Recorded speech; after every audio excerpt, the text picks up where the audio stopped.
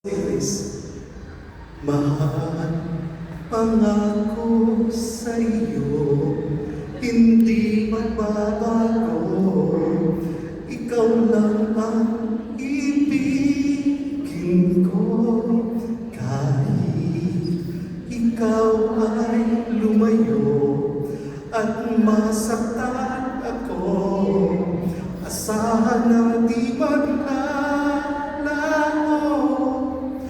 ang pag-ibig ko'y alay sa'yo lamang.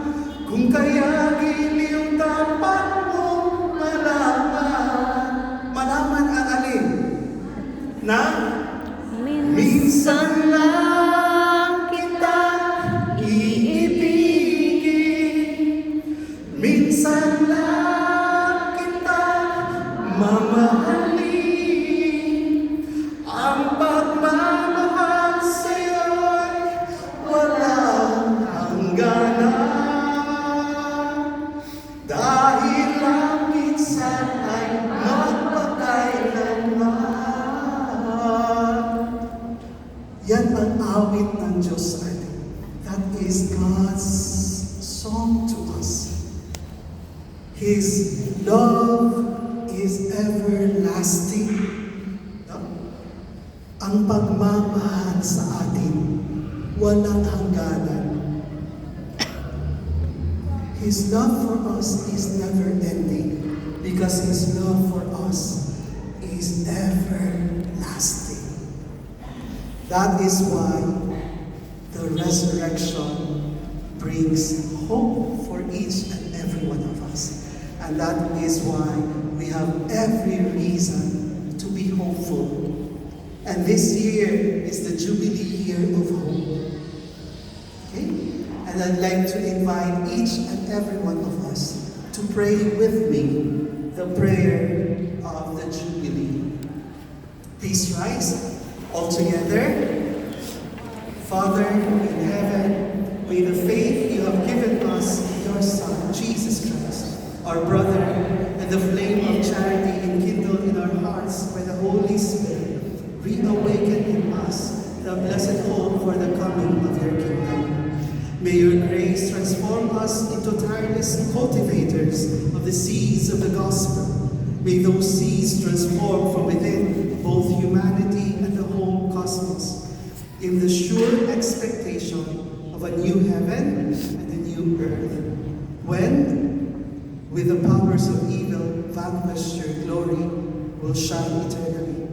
Together, may the grace of the Jubilee reawaken in us your grace of hope, a yearning for the treasures of heaven. May this same grace spread the joy and peace of our Redeemer throughout the earth. To you, our God, eternally blessed, be glory and praise forever and amen. And so we say, Alleluia, Christ our hope is risen. Happy Easter! Happy Easter. Hallelujah! Christ our hope is risen. Happy Easter. Right. So instead of the usual creed, the profession of creed, we shall do the renewal of our baptismal promises.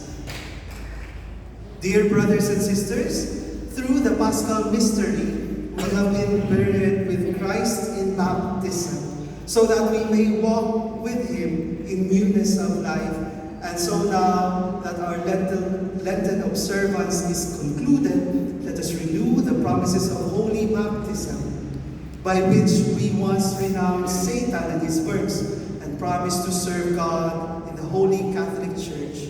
And so I ask you, do you renounce sin so as to live in the freedom of the children of God? I do. Do you renounce the lure of evil so that sin may have no mastery over you? I do. Do you renounce Satan, the author and prince of sin? I do. Do you believe in God, the Father Almighty, creator of heaven and earth? I do. Do you believe in Jesus Christ, the only Son, our Lord, was born of the Virgin Mary, suffered death and was buried, rose again from the dead, and seated at the right hand of the Father?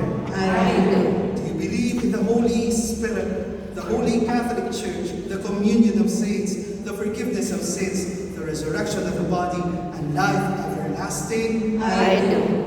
And may Almighty God, the Father of our Lord Jesus Christ, has given us new birth by water and the Holy Spirit, and He bestowed on us forgiveness of our sins. Keep us His grace in Christ Jesus our Lord for eternal life. Amen.